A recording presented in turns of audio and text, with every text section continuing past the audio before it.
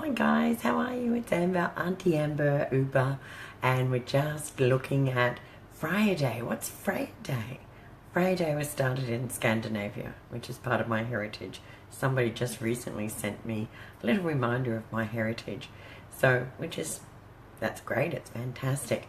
What does that mean for us on the Gold Coast? Well, what that means is it's Friday night and we are going to be moving lots of people around to Cavill Avenue and Orchid Avenue. Now, since I am the professor of fun on the Gold Coast and moving so many people into the Gold Coast full of the fun night, for Freya night, and party night, and orgy night, I call Orchid Avenue Orchy. Oh, I'll just take you into Orchid Avenue. And they go, what? Orgy. It's an orgy out there. The guys want a little bit of something, and the girls are quite happy to give it to them. Doesn't matter whether it's for a drink of scotch. I heard a story the other day. My godmother, it was hilarious. A girl who works at one of the clubs, nameless, we won't say which club it is, she'd just finished working and was sharing a story. And I don't think she'd mind if I shared this with you as well. And so she's putting out some rubbish in the bin, and out there in the back there's this guy and this girl going pretty hard at it. And she goes, get out, get out. And he goes, oh, hang on, let her finish, you know, so I've got to give her a drink. And it's like, are we really selling, girls, are we really selling ourselves so cheaply for like what, $8, $10? I think the prostitutes sell themselves for even more than that, don't they? And they probably wear even more clothes than what this girl was telling me that the other girl had on her. Just having a little look here. So what we're doing is we're looking at the fact that every weekend, not even every second weekend, every weekend, these young people are literally selling themselves for a drink. It's very cheap.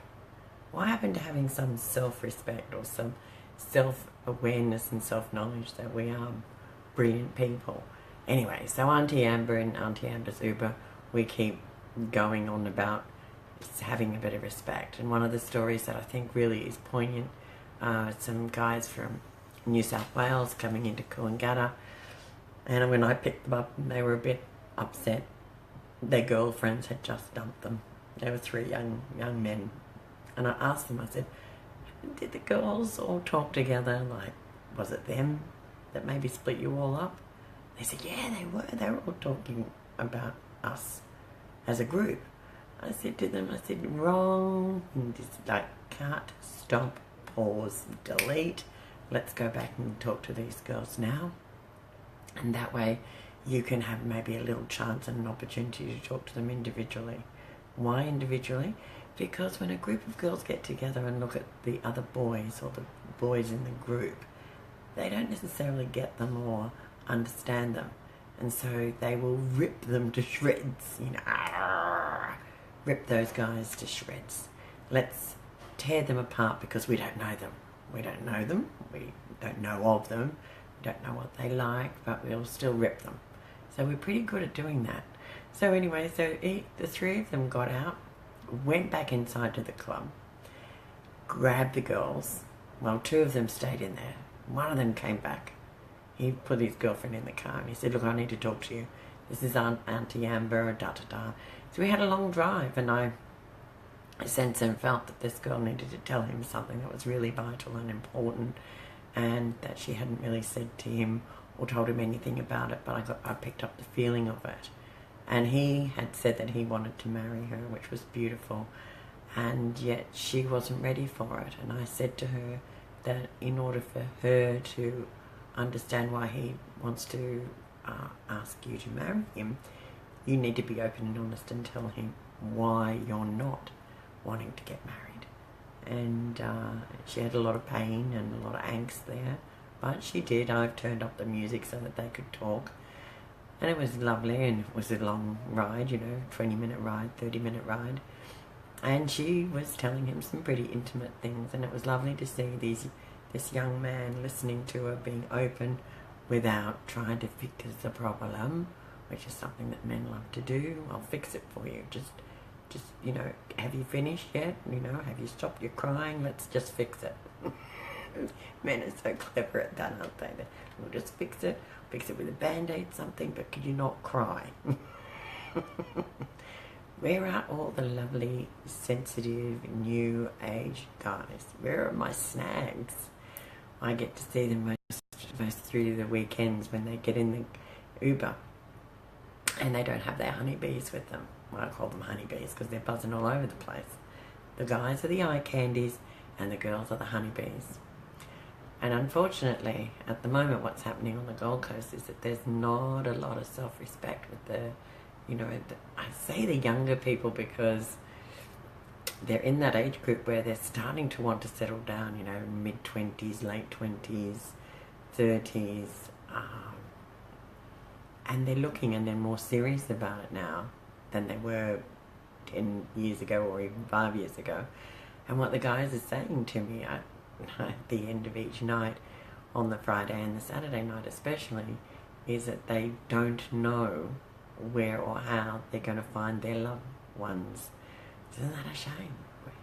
What happened to going to, basketball, volleyball, go swimming, go fishing, join some dance classes, I'll say to the guys. I hope all of these companies are seeing that, there's men and women going through. I hope so.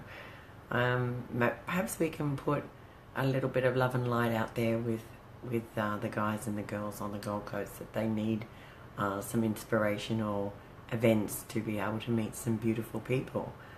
Maybe we need to put some on. I wouldn't mind getting some feedback on that, especially from the Uber riders.